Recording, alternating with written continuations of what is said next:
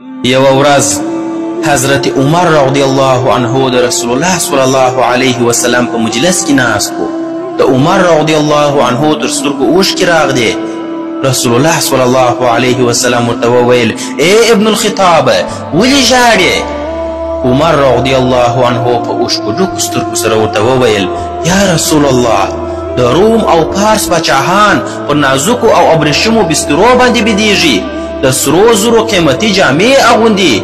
خو یا رسول الله، ته د ټولې نړۍ لارښود یې، بهترین د مخلوقاتو څخه یې، خو بیا هم پر ساده بستره باندې بېدېږي، جامې دې له پیوندونو څخه ډکې دي. خو رسول الله صلی الله علیه وسلم ورته وویل: ای عمره، د دنیا رنګینۍ او ښایست د هیڅ ارزښت نه لري. ای عمره، اصلي نعمت د آخرت عزت دی. د مؤمن رښتینی عزت د الله تعالی له دربار سره تړلی دی، نه د دنیا له رزق سره.